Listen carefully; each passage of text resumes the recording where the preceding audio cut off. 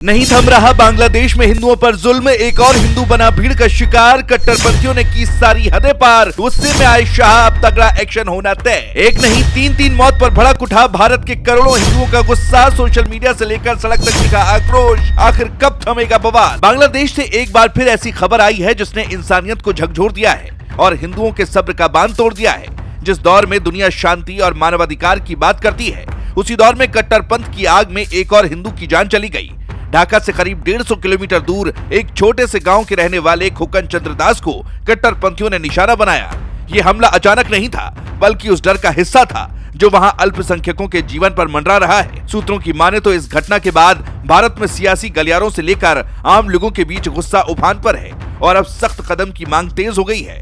आपको बता दें कि खोकन चंद्र दास अपने गांव में दवा और मोबाइल बैंकिंग का छोटा सा कारोबार चलाते थे। बुधवार रात जब वो दुकान बंद कर घर लौट रहे थे, तभी रास्ते में घात लगाए हमलावरों ने उन पर हमला कर दिया। यही नहीं, उन्हें जिंदा जलाने की कोशिश भी की गई। आग की लपटों से घिरे खोकन किसी तरह से पास के तालाब में कूदे, जिससे आग बुझ सकी।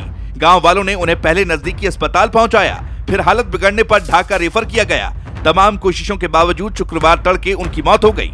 ये सिर्फ एक व्यक्ति की मौत नहीं थी, बल्कि ये पूरे समुदाय की चीख थी। खोकन दास का नाम अब उन हिंदुओं की सूची में जुड़ गया है जिनकी जान कथित तौर पर धार्मिक नफरत की भेंट चढ़ी। इससे पहले दिसंबर में दीपू चंद्र दास की भी भीड़ द्वारा जान ले ली गई थी और शव को जलाने की खबर सामने आई थी।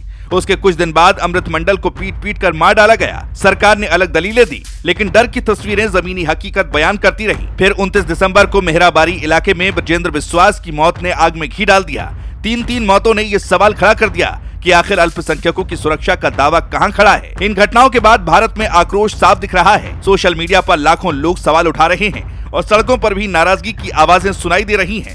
पश्चिम बंगाल बीजेपी ने इसे धार्मिक आधार पर बवाल बताते हुए कहा है कि ये सिलसिला बेहद चिंताजनक है। पार्टी नेताओं ने दावा किया कि ये सिर्फ बांग्लादेश की समस्या नहीं रही, बल्कि क्षेत्रीय स्थिरता पर भी असर डाल रही है। भारत सरकार ने भी पहले कई बार चिंता जताई है और हालात पर नजर रखने की बात कही है। सूत्रों के मुताबिक इस बार मामला सिर्फ बयान तक सीमित नहीं रहने वाला। केंद्रीय गृह मंत्री अमित शाह को पूरी रिपोर्ट दी गई है और गुस्से का माहौल साफ है। दावा किया जा रहा है कि अब बांग्लादेश से सीधे और सख्त शब्दों में बात की जा सकती है। विदेश नीति के स्तर पर भी हलचल तेज है। हाल ही में विदेश मंत्री एस जयशंकर बांग्लादेश के दौरे पर गए थे और सूत्र बताते हैं कि अल्पसंख्यकों की सुरक्षा का मुद्दा बातचीत के केंद्र में रहा। अब खोकन दास की मौत के बाद इस मुद्दे पर दबाव और बढ़ गया है। बांग्लादेश की अंतरिम सरकार बार बार कह रही है कि वो अल्पसंख्यकों की सुरक्षा के लिए प्रतिबद्ध है, लेकिन जमीनी सच्चाई बार बार उस दावे को चुनौती दे रही है। मानवाधिकार संगठनों ने भी चिंता जताई है। भारत में लोग पूछ रहे हैं कि आखिर कब तक हिंदुओं की जान जाती रहेगी